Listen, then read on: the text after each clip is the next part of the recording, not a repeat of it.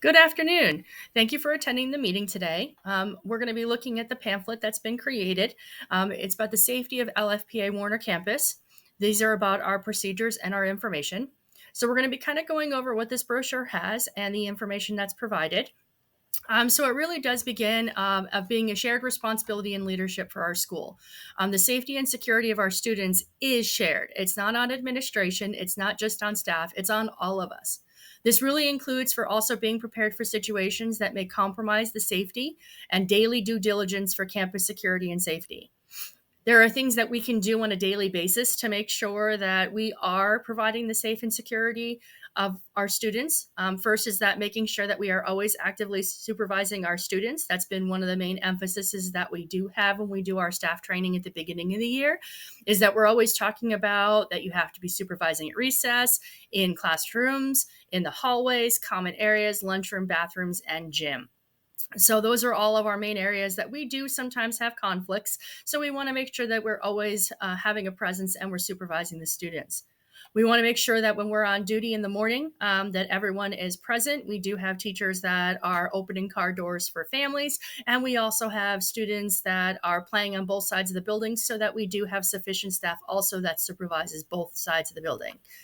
In the afternoons, we want to make sure that we have the staff that is present for parent pickup, our busers, walkers, and also I'm always located at the gate so that when we're releasing students, I'm always matching students with their parents to make sure that they are going with the right parent, but also that they are dismissing the proper way. We always make sure that our doors that lead to the outside are always locked during the day. The only doors that are open to our campus are the front doors. And again, that entry to the building is through the front office, where we have two front office ladies that do make sure that everyone is being safe that are entering the building, and it's only the appropriate people that go through. Again, in order to gain access beyond the doors, they have to be buzzed in. So our front office ladies do have to clear them to go into the building. So we do have some additional features that make our school safe. We also have the outside gates that are also locked throughout the day so that there's no access through any other side of the building except through the front doors. And again, we always encourage everyone to report any issues immediately to the front office. Because again, that's where we can basically communicate and also lock down our building from. So moving on, so why is it important to be prepared? Again, the safety and the well-being of our students are our priority.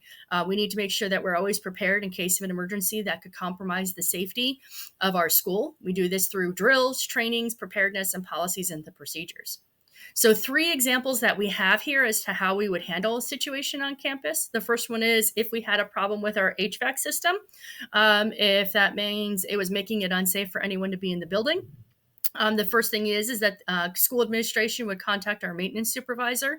He is always located on campus. He would do an immediate inspection of that area. Thankfully, our building has separate areas, so it wouldn't take over the entire building. It would only be different sections because 2 rooms are covered with each HVAC. So that area would be inspected. We would then be able to remove students and staff from that area of whatever is happening. Once the report's confirmed, then we can kind of determine our level of response. If it can be immediately repaired and everyone can return to that area is closed for the rest of the day and students are just relocated, or if we do have to evacuate and close down the school, we would follow our procedures. Next one is our student medical emergency. We actually have something in place called a code yellow. That's if we are going to have any emergency personnel on campus, or if we do have an emergency in an area, we can safely lock down the school and keep everyone in place. So then that way we can easily attend to the area and get the student situation or whatever medical situation is happening during that time to ensure everyone's safety. So those are our procedures that we do have in place. The other drill that we do have in place is also our fire drill procedures. Again, we have specific routes that everyone takes. The maps are also located throughout the building. Everyone leaves through a different area. When you do get outside, there are the green, yellow, and red cards that you guys have in your emergency folders. That's to indicate to the front office staff how if you have all of your students and we have everyone accounted for. So again, we want to make sure that everyone is quiet, we have everyone accounted for, and we're safely able to get everyone back into the building after the building's been cleared by administration.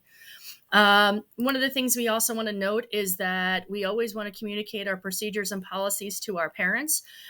We do a lot of communication through the front office. Our front office manager is the one that does all of our correspondences after administration approves it.